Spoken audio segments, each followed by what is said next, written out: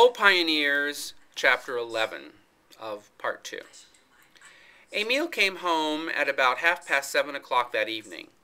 Old Ivar met him at the windmill and took his horse, and the young man went directly into the house. He called to his sister, and she answered him from her bedroom, behind the sitting room, saying that she was lying down. Emil went to her door.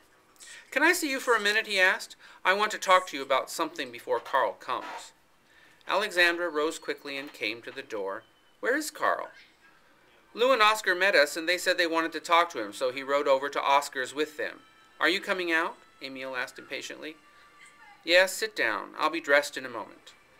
Alexandra closed the door, and Emil sank down on the old slat lounge and sat with his head in his hands. When his sister came out, he looked up, not knowing whether the interval had been short or long, and he was surprised to see that the room had grown quite dark. That was just as well. It would be easier to talk if he were not under the gaze of those clear, deliberate eyes that saw so far in some directions and were so blind in others. Alexandra, too, was glad of the dusk. Her face was swollen from crying. Emil started up and then sat down again. "Alexandra," he said slowly, in his deep young baritone, "I don't want to go away to law school this fall. Let me put it off another year. I want to take a year off and look around. It's awfully easy to rush into a profession you don't really like, and awfully hard to get out of it. Lindstrom and I have been talking about that." "Very well, Emil, only don't go off looking for land." She came up and put her hand on his shoulder. "I've been wishing you could stay with me this winter."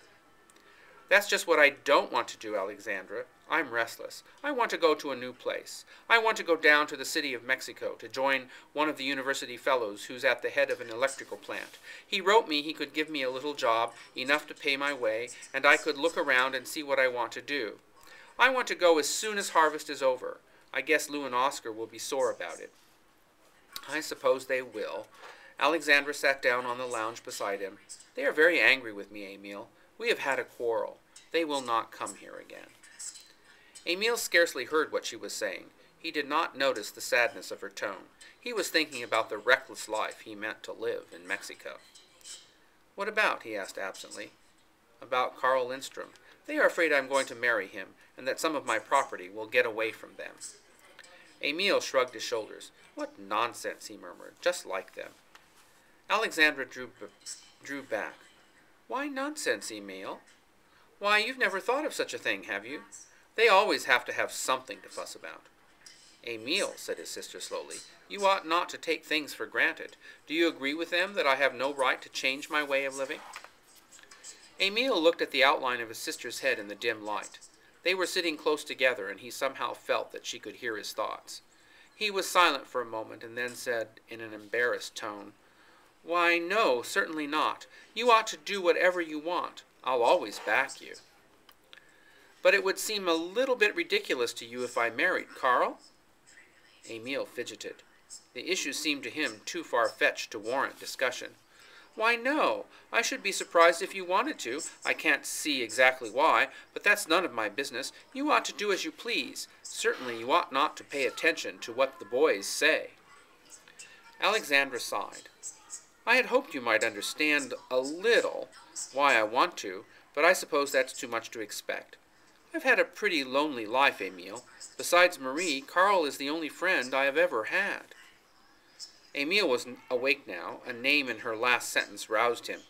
He put out his hand and took his sister's awkwardly. "You ought to do just as you wish, and I think Carl's a fine fellow. He and I would always get on. I don't believe any of the things the boys say about him. Honest, I don't. They are suspicious of him because he's intelligent. You know their way. They've been sore at me ever since you let me go away to college. They're always trying to catch me up.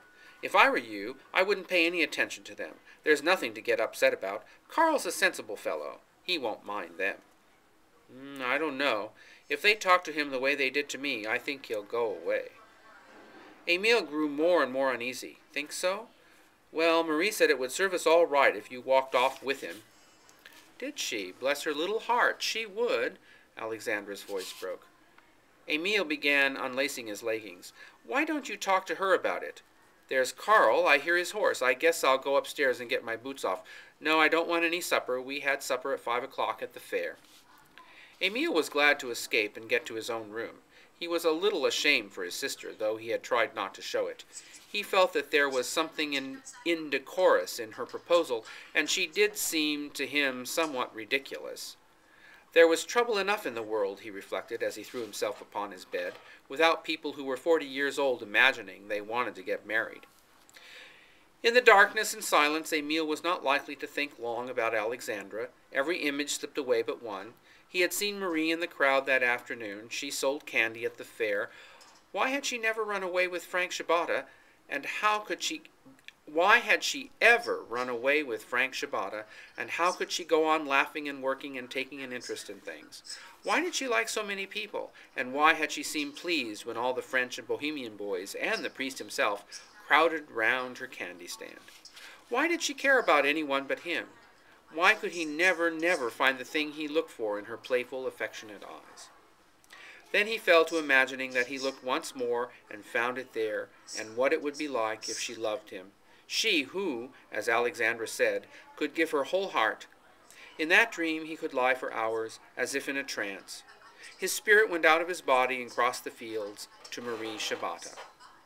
At the university dances, the girls had often looked wonderingly at the tall young Swede with the fine head, leaning against the wall and frowning, his arms folded, his eyes fixed on the ceiling or the floor. All the girls were a little afraid of him. He was distinguished-looking, and not the jollying kind. They felt that he was too intense and preoccupied. There was something queer about him. Emile's fraternity rather prided itself upon its dances, and sometimes he did his duty and danced every dance. But whether he was on the floor or brooding in a corner, he was always thinking about Marie Ciabatta. For 2 years the storm had been gathering in him.